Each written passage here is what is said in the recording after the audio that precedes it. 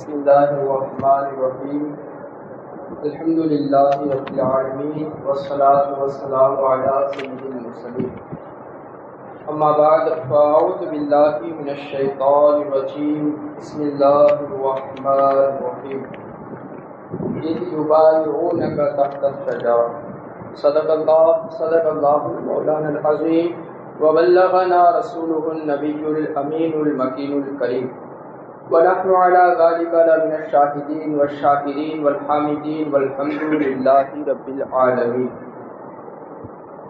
بادِ توحید کے متوالوں، شمع رسالت کے پروانوں، غوث و خواجہ و رضا کے چاہنے والوں، آئیے کچھ عرض کرو اس سے قبل آقا نامدار، مدینے کے تاجدار، دونوں عالم کے مالک اور مختار، مصطفیٰ جان رحمت شمع بزم ہدایت کی بارگاہ میں غلامی کا ثبوت دیتے ہوئے درود پڑھیں۔ اللہم صلی علی سیدنا و مولانا محمد معدن الجود والکرم والد الکرام وابنہ الکریم وبارک وسلم۔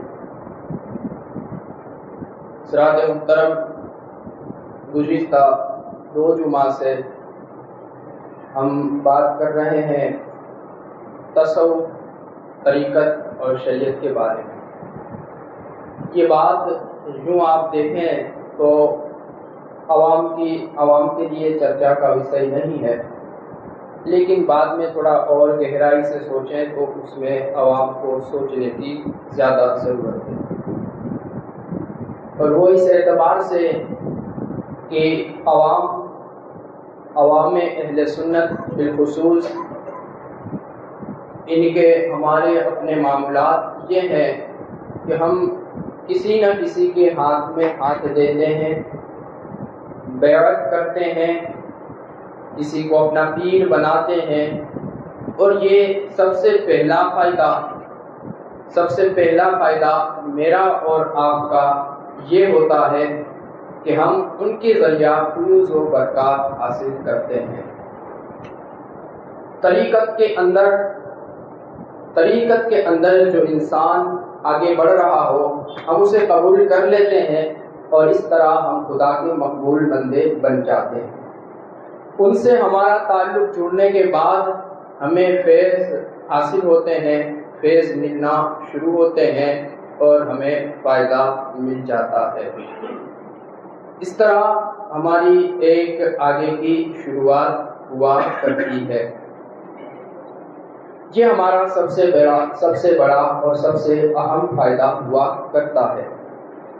آپ دیکھیں حضور پاک صاحب لولاک صلی اللہ تعالی علیہ وآلہ وسلم نے جب ہجرت نہ فرمائی تھی، ہجرت سے پہلے جو حضور پاک صاحب لولاک کی بارگاہ میں تشریف لا دے، مدینہ طیبہ سے آ کر کے مکہ میں حضور پاک کے ہاتھوں پر بیعت کرتے اور بیعت کر کے جاتے، اور خاص جو معمول تھا اسے بیعت عقبہ کہا جاتا ہے۔ لیلۃ العقبہ، بیعت عقبہ کے نام سے اتہاس، ہسٹری، تاریخ ان ساری چیزوں کو یاد کرتی ہے۔ اور یہ معاملہ چند حضرات سے بڑھتے بڑھتے آگے بڑھا، بعد میں حضور پاک نے ہجرت فرمائی۔ وہاں پر حضور کے ہاتھ میں ہاتھ دینا اور حضور کی باتوں کو قبول کر لینا، یہ سارا سسٹم ہوا کرتا تھا۔ وہاں پر حضور سے بات ہوا کرتے کہ ہم آپ کے ہاتھ پر ہاتھ دے کر کے کس بات پر بیعت کرتے ہیں۔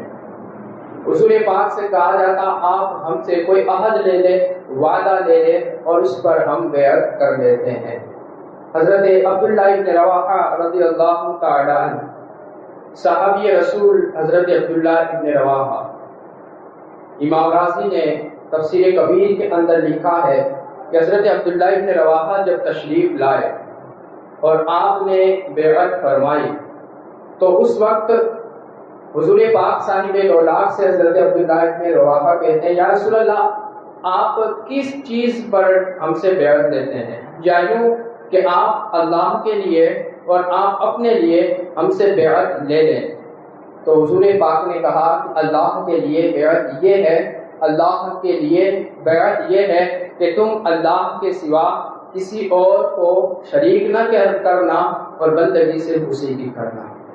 اور دوسرا میرے حق میں یہ ہے کہ تم جس چیز کو اپنے لیے پسند کرتے ہو، جن چیزوں سے اپنے آپ کو بچاتے ہو، ان ساری چیزوں سے مجھے بھی بچانا، یہ بیعت آپ لے لو، یہ وعدہ پورا کر دینا۔ تو یہ پورا سسٹم انداز چلتا ہے، اور صحابہ اکرام رضی اللہ تعالی عنہم اجمعین نے وہ کر کے دکھایا۔ وہ وعدہ، وہ عہد ہاتھ میں ہاتھ دینے کے بعد، جو باتیں ہوئی قبول کرنے کے بعد، اسے پورا کرتے ہوئے نظر آئے، اس سچائی کے ساتھ بڑھتے گئے۔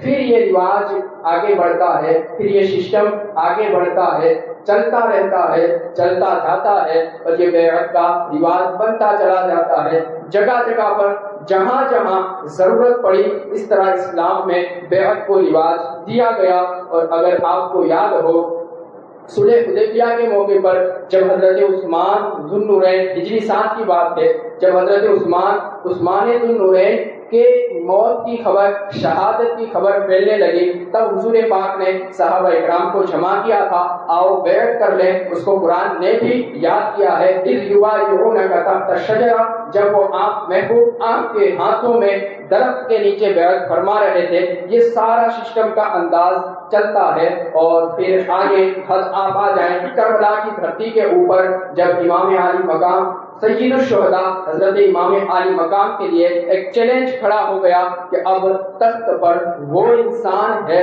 جس کے اندر شریعت و سنت کی کوئی پابندی نہیں ہے، اور وہ لوگوں سے بیعت لینا چاہتا ہے۔ مین اینڈ ٹرننگ پوائنٹ یہ ہے، سمجھنے کی یہاں پر ضرورت ہے۔ حالات بہت ہی زیادہ سیم ہمارے حالات سے یہاں پر آ کر کے ہمیں دکھاتے ہیں۔ بہت ہی بڑا ایگزامپل آپ کو اس جگہ پر مل جاتا ہے کہ وہاں پر ایک شہزادہ علی مرتضیٰ کا کھڑا ہے، جسے حضور نے خود اپنا شہزادہ کہا ہے، حسین ابن علی، اور دوسرا سامنے جو کھڑا ہے اسے یزید کہا جاتا ہے۔ اس یزید کو امیر معاویہ کا بیٹا کہنا بھی میں گوارا نہیں کرتا ہوں۔ وہ یزید کھڑا ہے، بات بیعت کی ہے، بات پیری مریدی کی چل رہی ہے، بات ہاتھ میں ہاتھ دینے کی چل رہی ہے۔ حسین کہہ رہے ہیں وہ انسان جس کے پاس شریعت کی پابندی نہ ہو، حسین اس ہاتھ میں ہاتھ دے بھی نہیں دے سکتا اور دینے بھی دے نہیں سکتا۔ حسین کہہ رہے تھے وہ انسان جس کے پاس سنت مصطفیٰ نہ ہو، حسین اس کے ہاتھ میں ہاتھ نہ دے گا نہ دینے دے گا۔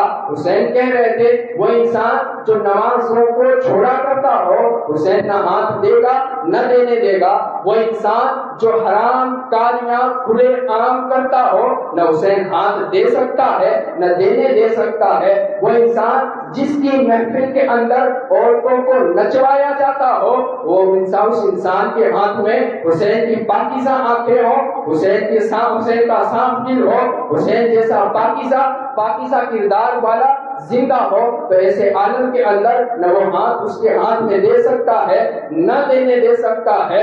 جس کی محفل گندگیوں سے بھری ہو، جس کا کردار پورا گندا ہو، نہ حسین اس کو برداشت کر سکتا ہے نہ کسی کے لیے قبول کر سکتا ہے۔ یہ پورا فل ایگزامپل آپ کو مل جاتا ہے۔ اگر آپ نے کربلا دل و جان سے سنا ہو، سمجھا ہو، تب جا کر کے آپ کو سمجھ میں آ سکتا ہے۔ اسی کی تشریح آج اگر علماء کرام فرماتے ہیں تو کہتے ہیں کہ پیر کے لیے 4 شرطیں ہیں۔ ان شارٹ، مختصر سمیٹ کر کے جب علماء کرام لاتے ہیں تو کہتے ہیں کہ پیر ہونے کے لیے 4 شرطیں ضروری ہے۔ وہ 4 شرطیں اگر کسی انسان کے اندر آ جائیں تو آپ طریقت کے اندر اسے اپنا رہنما، اسے اپنا آئیڈیل، اسے اپنا امام، اسے اپنا پیشرو مان سکتے ہیں۔ اگر وہ 4 چیزیں اس کے اندر نہیں ہے تو اس انسان کو کسی لیول سے اسلامیات، دینیات کے اندر قبول نہیں کیا جا سکتا۔ اب سوچیں، پہلی شرط کیا ہے؟ سنی صحیح العقیدہ ہونا، اہل سنت والجماعت سے ہونا۔ بدعقیدہ، بد مذہب، وہابی، دیوبندی، اہل خبیث، خارجی، رافضی، شیعہ کچھ بھی نہ ہونا، صرف سنی صحیح العقیدہ ہونا، حضور کے طریقے، حضور کے صحابہ کے طریقوں پر چلنے والا ہونا۔ جب یہ بن جاتا ہے تب اس کے اندر پہلی شرط آتی ہے۔ دوسرا، عالم دین ہونا۔ عالم نے باپو نے کوئی بےگود نہ ہوتا ہے۔ دوسری شرط ہے عالم دین ہونا، کم از کم اتنا علم ہونا کہ وہ اپنے مسائل، اب جب وہ پیر بنے گا تو اپنے مریدوں کے مسائل خود کتابوں سے دیکھ کر کے حل کر سکتا ہو، کم از کم اتنا ہونا۔ مفتی شرع نہیں کہہ رہا ہوں، عالم دین ہونا، چھوٹا موٹا کہ جسے اردو پڑھنا ہے اور کتابوں سے وہ مسائل حل کر سکے، اتنا کم از کم اس کے اندر ہو۔ تیسری شرط، فاسق نہ ہونا، فاسق معلن نہ ہونا، سر عام گناہ کرنے والا نہ ہونا، حرام کاری کرنے والا نہ ہونا، حرام کاریوں کو برداشت کرنے والا نہ ہونا۔ سیدھے شبدوں میں کہہ دوں، چہرے پر سنت رسول ہونا اور اس کی نظروں کے سامنے جب گندی محفلیں سج رہی ہو تو اسے روکنے والا ہونا۔ اعلانیہ فسق و فجور کرنے والا ہے تو وہ بھی نہیں چلا۔ چوتھی شرط، اس کا سلسلہ روحانی سلسلہ حضور پاک سے جوائنٹ ہونا، بیچ میں ٹوٹا ہوا نہ ہونا۔ ٹوٹتا کیسے ہے کہ جو لڑی چلی ہے، جو سلسلہ چلا ہے، تو اس کے اندر جب سارے کے سارے ایمان والے رہیں گے، کوئی بے ایمان نہ ہوگا تو چل جائے گا۔ اگر کوئی بیچ میں وہابی ہو گیا، دیوبندی ہو گیا، اہل خبیث ہو گیا، شیعہ رافضی ہو گیا، کوئی گندے عقیدے کا قبول کرنے والا، ماننے والا ہو گیا، تو یہاں سے اس کی لڑی ٹوٹ جائے گی تو وہ سلسلہ نہیں چلا کرے گا۔ اور ان حضرت کو اگر ان کے اندر ایمان و عقیدہ باقی ہے تو انہیں اپنا کنیکشن دوسری طرف چھوڑنا پڑے گا، تب جا کر کے فیض محمد مصطفیٰ جاری ہوگا اور اس کا سلسلہ چلا کرے گا۔ اور فرماتے علماء کرام، یہ جو چار شرطیں ہیں، ایمان کی شرط، عالم کی شرط، فاسق نہ ہونے کی شرط اور سلسلہ کا جوائنٹ ہونے کی جو شرط ہے، ان چار کا پایا جانا ضروری ہے۔ اگر ایک بھی نہیں رہی تو وہ قبول نہیں کیا جائے گا، ایک بھی نہیں رہی تو وہ بندہ قبول نہیں کیا جائے گا، اسے تسلیم نہیں کیا جائے گا۔ یہ پیر بننے اور بنانے کا یہ رواج چلتا ہے اور یہ سسٹم چلا کرتا ہے۔ ہمارے حالات تو ایسے ہیں، یہ ہے کہ حضرت کے پاس علم تو نہیں ملے گا، ان کا علم سے واسطہ تو نہیں، بلکہ عوام کو بھی علم سے دور کرتے نظر آئیں گے۔ یہ کہتے آپ کو مل جائیں گے، علم سیکھنا کوئی فرض اور ضروری نہیں ہے، اگر آپ کا ایمان مضبوط ہے تو آپ کامیاب ہیں۔ حضور والا بات صحیح ہے، ایمان مضبوط ہے، کام چل جائے گا، لیکن ایمان کو مضبوط کرنے اور رکھنے کے لیے علم کا ہونا ضروری ہے۔ جاہل اپنے آپ کو بچا نہیں سکتا، اور نال ویکتی جسے دینیات کا پتہ نہ ہو وہ اپنے آپ کو بچا نہیں سکتا۔ تو ضروری ہے کہ اپنے ایمان کو باقی رکھنے کے لیے آپ دین کا علم حاصل کریں، اس کے ذریعہ آپ کو عمل آئیں گے اور عمل کے ذریعہ آپ کے ایمان کی حفاظت ہو جائے گی۔ فاسق کے معلن، اعلانیہ گناہ، آپ کو میں یہ تو نہیں کہوں گا کہ سارے ایسا فسق و فجور کرتے ہیں، چند مثالیں میں سے صرف ایک دو مثال کے ذریعہ میں آپ کو سمجھانے کی کوشش کروں کہ آپ توجہ دیں ہوتا کیا ہے اور چلتا کیا رہتا ہے۔ نماز فرض ہے نا؟ فاسق کے معلن کا مطلب ہوتا ہے سر عام گناہ کرنے والے، اور کسی مسلمان کے عیب کو کھولنے کی اجازت نہیں ہے۔ داخلہ طریقے شبیر مسجد میں آپ کو نہیں دکھا، آپ یہ نہیں کہہ سکتے کہ اس نے نماز نہیں پڑھی، سمپل، لیکن آپ یہ تو کہہ سکتے ہیں اس نے جماعت نہیں پڑھی۔ جماعت سے نماز پڑھنا کیا ہے؟ واجب ہے، اور واجب کو چھوڑنا حرام ہے۔ حرام یعنی گناہ کبیرہ ہے۔ آپ یہ کہہ سکتے ہیں کہ یہ حضرت یہ حضرت کہنا مت معاف کرنا، یہ حضرت گناہ کبیرہ کا شکار ہو چکے ہیں، یعنی اعلانیہ فسق کرنے والے ہو چکے ہیں۔ تو آپ کو دھیان کہاں رکھنا ہے؟ ہاتھ میں ہاتھ دینا ہے تو پہلے اس بندے کو خانقاہ میں تلاش نہیں کرنا ہے، خانقاہ میں تلاش نہیں کرنا ہے، سجدہ گاہ کے اندر تلاش کرنا ہے کہ جہاں رب کے سارے بندے اکٹھا ہو کر کے رب کی بندگی کرتے ہیں، صبح ٹھنڈی ہو گرمی ہو بارش ہو فجر میں حاضر ہو جاتے ہیں۔ تراویح کے اندر چاہے کتنی بھی دھوپ اور گرمی کی شدتیں بڑھ جاتی ہو دھوپ کی وجہ سے، تو بھی حضرت تمام کے ساتھ شامل ہوتے ہیں، جماعت کی پابندی کرتے ہیں۔ ہاتھ دے دینا، شک و شبہ نہ کرنا، اسے فاسق کے مولد نہیں کہا جا سکتا، یہ اعلانیہ فسق کرنے والا نہیں ہے۔ دوسری بات، سنن مصطفیٰ، حضور کا طریقہ، سنت مصطفیٰ۔ کچھ سنتیں ایسی ہیں جو ظاہر میں دکھتی ہیں، کئی ساری ایسی ہیں جو باطن میں بندہ کر لیتا ہے، ہو جاتا ہے۔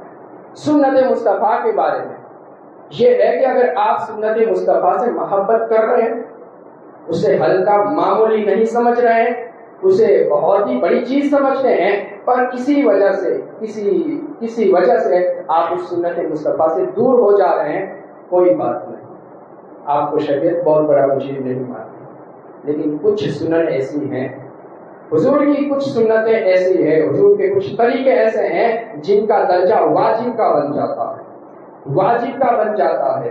اب اس کے اندر ضروری ہے، فرضیات ہے کہ آپ اس پر عمل کریں، اس کو چھوڑا نہیں جائے گا، اس کو چھوڑیں گے تو آپ واجب کے چھوڑنے والے بنیں گے۔ واجب کا چھوڑنا میں نے کہا نا حرام ہے، حرام یعنی گناہ ہے، کبیرہ ہے۔ آپ لے لیں، آپ کے چہرے پر آنے والی آپ کی مردانگی کی نشانی سنت مصطفیٰ داڑھی مبارک ہے، سنت، لیکن درجہ اس کا واجب کا ہے۔ آپ حضرت کے شریک کو کھول کر نہیں دے سکتے، لیکن کھلا ہوا چہرہ ضرور دیکھا جاتا ہے، اس سے آپ یہ اندازہ لگا سکتے ہیں کہ یہ عمل کرنے والا ہے یا نہیں۔ ہاں، یہ داڑھی مبارکہ، اس کی وجہ سے ہم یہ نہیں کہہ سکتے کہ یہ بے ایمان ہو چکا ہے، یہ ضرور کہا جا سکتا ہے کہ یہ سنت مصطفیٰ کو چھوڑنے والا بن چکا ہے۔ تو جس کے چہرے پر سنت مصطفیٰ نہ لائی جاتی ہو، نہ دکھتی ہو، یا کانٹ قطر کر کے یہ فیشنیبل بنائی جاتی ہو، ایک مشت رکھنا واجب ہے، ایک مٹھی برابر رکھنا واجب ہے، اگر اتنی نہیں آتی تو کہا یہ جا سکتا ہے، شریعت کا فتویٰ یہ لگے گا کہ یہ فاسق معلن ہے، شریعت پر عمل کرنے والا نہیں ہے، لہذا امام حسین کا فتویٰ یہ تھا کہ اس کے ہاتھ پر ہاتھ نہیں دیا جا سکتا۔ شریعت حسینی کیا کہتی ہے کہ اس کے ہاتھ پر ہاتھ نہیں دیا جا سکتا۔ اب ہم اس کا نتیجہ کیا نکالیں گے کہ ہمارا شرعی رہنما، ہمارا طریقت کا رہنما، ہمیں گمراہیوں سے بچانے والا ہمارا لیڈر وہ انسان ہوگا جو پکا حسینی ہوگا، پکا حسینی ہوگا، صرف حسین ابن علی کے نام پر، سید الشہداء کے نام پر غلط آنسو بہانے والا انسان ہمارا شرعی رہنما نہیں ہو سکتا، نہ اسے مانا جا سکتا ہے۔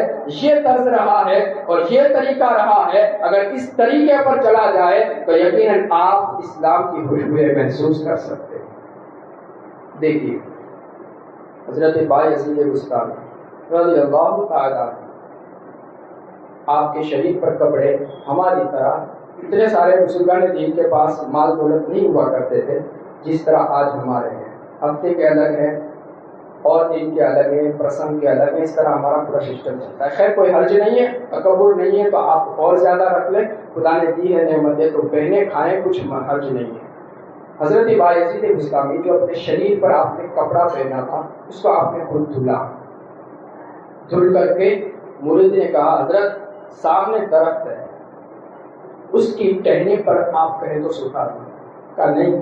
دھیان رکھیے بزرگان دین کیا دیکھ رہے ہیں، اپنی توجہ دیکھیں، پیر جسے کہا جاتا ہے نا، صوفی جسے کہا جاتا ہے، اس کا انداز، اس کا خیال، اس کا نظریہ دیکھیں، اس کی تھنکنگ دیکھیں، یہ آئیڈیالوجی کیا کہتی ہے، صوفی آئیڈیالوجی کیا کہتی ہے۔ حضرت نے کہا درخت کو تکلیف ہوگی، کیا کہا ہے؟ درخت کو تکلیف ہوگی۔ یہ تو مولوی اگر اچھی بات کر دینا، صحیح ریئل ریئل بات اگر مولوی کر دے تو بیچارہ وہ حیران ہو جاتا ہے، حضرت کا پاور اتنا ہوتا ہے۔ کہا درخت پر سکھاؤ گے، درخت کی ٹہنی پر، درخت کی ٹہنی ہے، اس کا انگ ہے، اسے تکلیف ہوگی۔ کہا حضرت سامنے گھاس پڑی ہے، کہو تو گھاس پر ڈال دو۔ کہا گھاس کو تکلیف ہو جائے گی، تو کہا حضرت کریں کیا؟ حضرت بایزید بسطامی بہت بڑا نام ہے، پڑھ لینا اتہاس کے اندر۔ حضرت بایزید بسطامی خود دھوپ میں کھڑے ہو جاتے ہیں، مرید سے کہتے ہیں بایزید کی پیٹھ کے اوپر کپڑا سکھا دے، بایزید کو تکلیف نہیں۔ یہ ہے صوفی آئیڈیالوجی، انہیں پیر کہا جاتا ہے، تسلیم انہیں کہا جاتا ہے۔ یہ وہ لوگ ہوتے ہیں جو دلوں میں گھر کرا کرتے ہیں، وہ لوگ ہوتے ہیں جو دلوں میں خدا کی یاد کو بسانے والے بن جایا کرتے ہیں۔ اب ان کا نظریہ دیکھیں، بایزید بسطامی کو پہچاننے کے بعد آپ ان کا طریقہ دیکھیں۔ ایک مرتبہ پتا چلا کہ کسی قریب کے گاؤں کے اندر کوئی بزرگ آئے ہوئے ہیں، بہت زیادہ مشہور ہیں، لوگ ان سے بڑی عقیدتیں رکھتے ہیں، بڑا پیار بڑی محبتیں کرتے ہیں۔ بایزید بسطامی اللہ والے تھے تو اللہ والوں سے محبت کرنے والے بھی تھے۔ بایزید کہتے ہیں چلو ہمیں ان سے ملنا ہے، ملاقات کرنا ہے۔ بایزید بسطامی جیسا اللہ کا ولی ان بزرگ سے جن کی شہرت تھی ان سے ملنے کے لیے جاتے ہیں۔ جا کر کے کیا دیکھتے ہیں کہ وہ بزرگ اٹھے اور اٹھ کر کے انہوں نے تھوکا، لیکن تھوکنے کی جو دشا تھی وہ قبلہ والی تھی۔ بایزید نے کہا جب اسے تھوکنے کا طریقہ ہی نہیں آیا تو یہ اللہ والا کیسے بن سکتا ہے؟ صرف تھوکنے کا طریقہ جسے نہ آئے اسے بھی نہ مانا جائے، اور جسے نمازیں پڑھنی نہ آتی ہو، جسے سنت مصطفیٰ کا پتہ نہ ہو، جسے اسلامی پاس و لحاظ نہ ہو، جس کا بولنے کا انداز بھی غیر معروف اور غیر اسلامی ہو، بتاؤ اسے کیسے قبول کیا جا سکتا ہے اور اسے کیسے مانا جا سکتا ہے؟ بایزید بسطامی ان سے ملاقات کیے بغیر لوٹ آتے ہیں، اپنے گھر چلے آتے ہیں۔ لوگوں نے پوچھا تو آپ نے یہی جواب دیا کہ جب اسے شریعت کا ہی پتہ نہیں ہے تو ہم کیسے اس پر ہاتھ دے سکتے ہیں، اس سے کیسے مان سکتے ہیں، اس سے کیسے ملاقات کر سکتے ہیں؟ اب مرشد جسے کہا جاتا ہے دو طریقہ ہوتا ہے، مرشد عام اور مرشد خاص۔ آپ کے ذہن میں یہ سوال آنا چاہیے کہ کیا پیر بنانا ضروری ہے یا نہیں؟ ایک مرشد عام ہوتا ہے، مرشد عام کا مطلب یہ ہوتا ہے کلام خدا، کلام رسول خدا، کلام ائمہ، کلام ائمہ طریقت، خاص لوگوں کی باتیں جو ہم پڑھتے ہیں ایمان مفصل، اس کے اندر جو چیزیں بیان کی گئی ہے ان ساری چیزوں پر اگر آپ ایمان لے آتے ہیں، اس کو مان لیتے ہیں، صحابہ کرام اولیاء کرام کی باتوں کو تسلیم کرتے ہیں، انہیں جھٹلاتے نہیں ہیں، تو آپ مرشد عام سے بیعت ہو چکے ہیں۔ یعنی یہ جو ساری چیزیں ہیں یہ آپ کے پیر کا کام کریں گی، آپ کی رہنمائی کرتی چلی جائیں گی، آپ بہکتے جائیں گے تو قرآن آپ کو کبھی الرٹ کرے گا، کبھی آپ گمراہ ہوں گے، حدیث آپ کو الرٹ دے دے گا، کبھی آپ گمراہ ہوں گے، اولیاء کرام کی ارشادات آپ کو بچا لیں گے، کبھی آپ گمراہی کے قریب جا رہے ہوں گے تو ائمہ اعظام کے اقوال آپ کی رہنمائی کر دیں گے۔ تو کہا جاتا ہے انہیں مرشد عام کہا جاتا ہے، عام پیر کہا جاتا ہے۔ اگر آپ ان کے انڈر میں ہیں تو پھر آپ مرید نہیں بنتے تو کوئی حرج نہیں، آپ گناہ نہیں کرتے۔ اور دوسرا ہوتا ہے مرید خاص۔ مرید خاص کا مطلب یہی ہے کہ آپ کسی بھی سلسلے صحیح سند سلسلے سے آپ بیعت ہو جائیں اور ان کے فیض حاصل کریں، یہ مرشد خاص ہوتا ہے۔ لیکن اگر وہ کانسیپٹ آپ کا کمپلیٹ نہیں ہوتا، کلیئر نہیں ہوتا، تو یہاں سے کوئی فائدہ بھی نہیں ملا کرتا، ان کی توجہ سے آپ کو ایسا فائدہ نہیں مل سکتا جیسا ہونا چاہیے۔